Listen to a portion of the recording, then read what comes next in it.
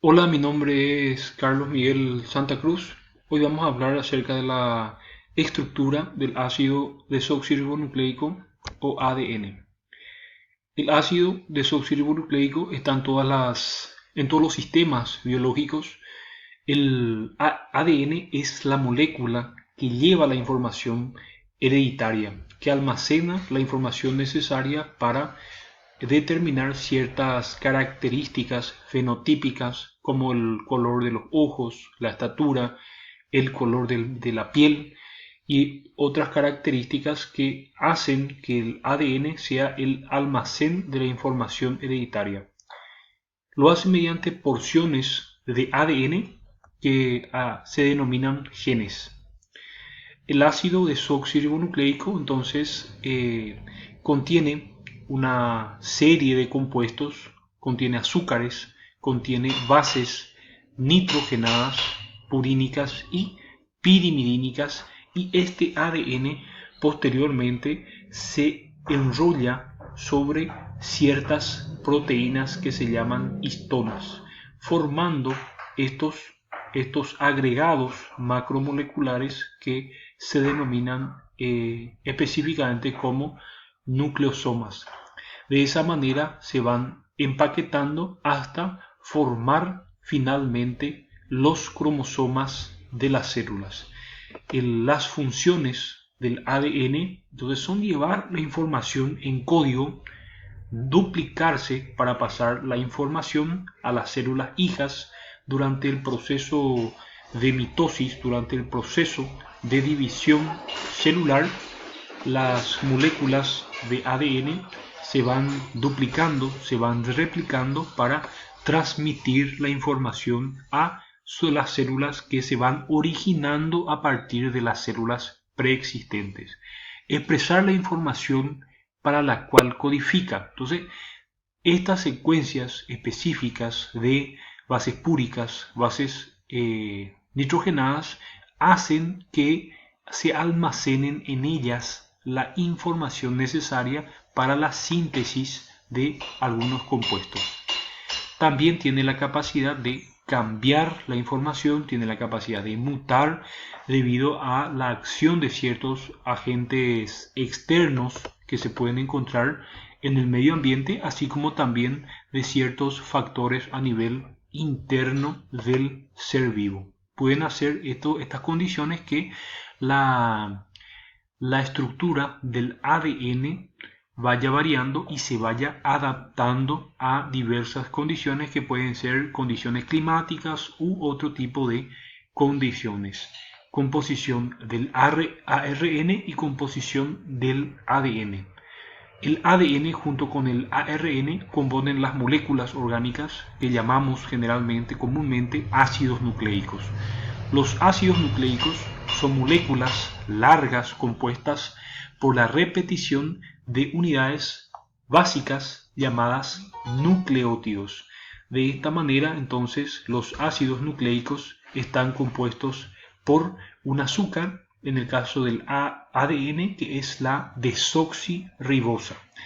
Y en este punto, acá en este extremo, entonces está conectada con la base nitrogenada de una porción de la cadena de ADN. En el otro extremo, el azúcar ribosa lo que hace es unirse con el grupo fosfato, y de esa manera tenemos un grupo fosfato terminal en la posición 1, 2, 3, 4, 5' se denomina esta posición del grupo fosfato. Se unen las bases nitrogenadas a través de enlaces que se llaman enlaces de tipo puente de hidrógeno al otro grupo fosfato que se encuentra acá, al otro grupo fosfato, al otro grupo de azúcar unido a también al grupo fosfato. Un nucleótido consiste en un fosfato, un azúcar de 5 átomos de carbono y una base nitrogenada. A la unión de la base nitrogenada, el azúcar y el grupo fosfato es lo que se le conoce con el nombre de nucleótido. De esa manera, el ADN está compuesto por nucleótidos que se forman por la unión entonces de grupo fosfato, azúcar ribosa y bases nitrogenadas. Las bases nitrogenadas en los nucleótidos son la adenina, guanina, citosina y timina, que generalmente están presentes en el ADN. En el ARN también se encuentran estas bases nitrogenadas, pero a diferencia del ADN, en el ARN solamente está la base nitrogenada, el uracilo. De esa manera, entonces, los azúcares que se encuentran en la molécula de ADN es la desoxirribosa. Es un azúcar de 5 átomos de carbono que conforma la estructura del ADN. Por otro lado, tenemos la ribosa, que también conforma la estructura, pero en este caso del ARN, y de ahí su nombre deriva o se llama ácido ribonucleico. Y en el caso del ADN, que contiene desoxirribosa, el nombre que le corresponde es ácido desoxirribonucleico, ácido ADN.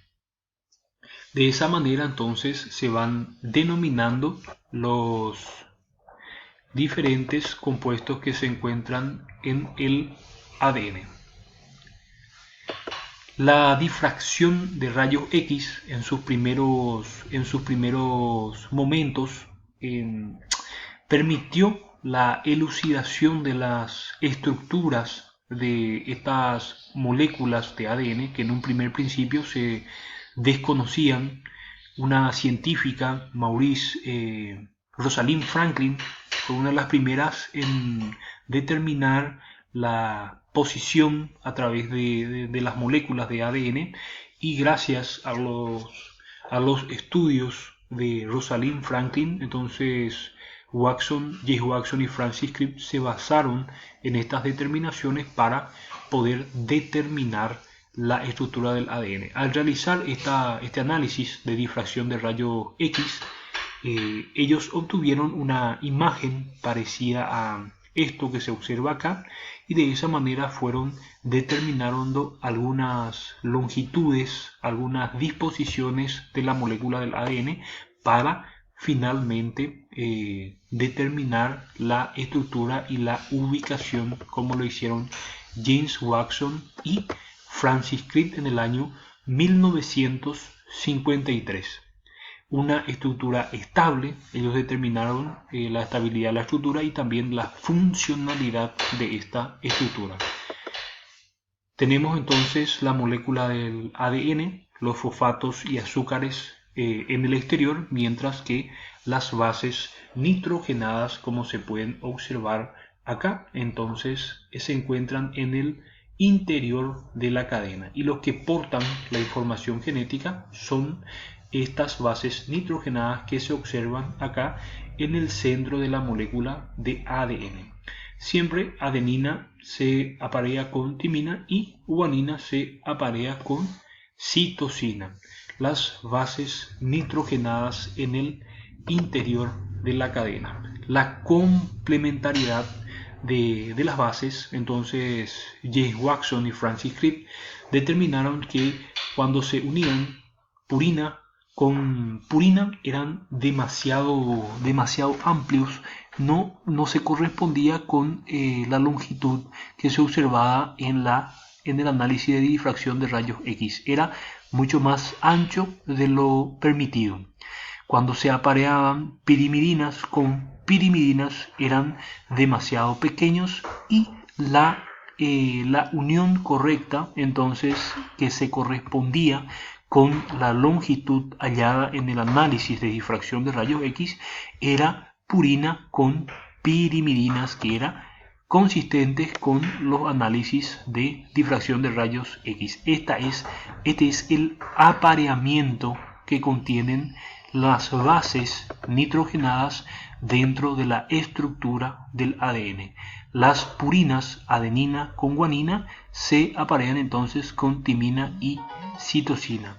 Adenina generalmente lo hace con timina y guanina generalmente lo hace con citosina. De esa manera entonces se forman puentes de hidrógeno entre la molécula adenina y la molécula de timina se forman dos enlaces de tipo puente de hidrógeno y entre la guanina y la citosina se forman tres enlaces de tipo puente de hidrógeno que mantienen unidos a las bases nitrogenadas y por lo tanto estabilizan la estructura del ADN.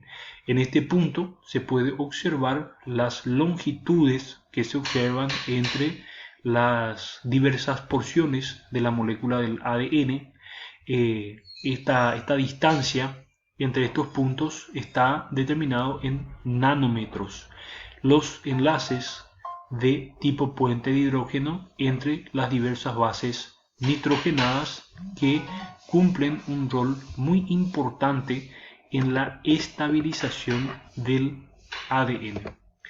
En cuanto al antiparalelismo en el ADN, las cadenas en el ADN son antiparalelas, es decir, una tiene un carbono del 5' del azúcar apuntando hacia un extremo. En este punto, entonces, el grupo fosfato se une al extremo 5' y de esa manera en el posterior, en la siguiente cadena, termina en la posición 3'. De esa manera se dice que las cadenas de ADN son antiparalelas. De esa manera entonces se van uniendo los diferentes azúcares, los grupos fosfato, con sus correspondientes compuestos. De esa manera, grupo fosfato, azúcar y la base nitrogenada que se une a la otra base nitrogenada y que se enlazan a través de enlaces de tipo puente de hidrógeno. En cuanto a la replicación del ADN, entonces tenemos una cadena representada esquemáticamente de esta manera que se va separando y se van uniendo con su correspondiente base nitrogenada para dar lugar a la replicación del ADN durante el proceso de mitosis. Eso ha sido todo por hoy. Desde ya, muchas gracias por su atención.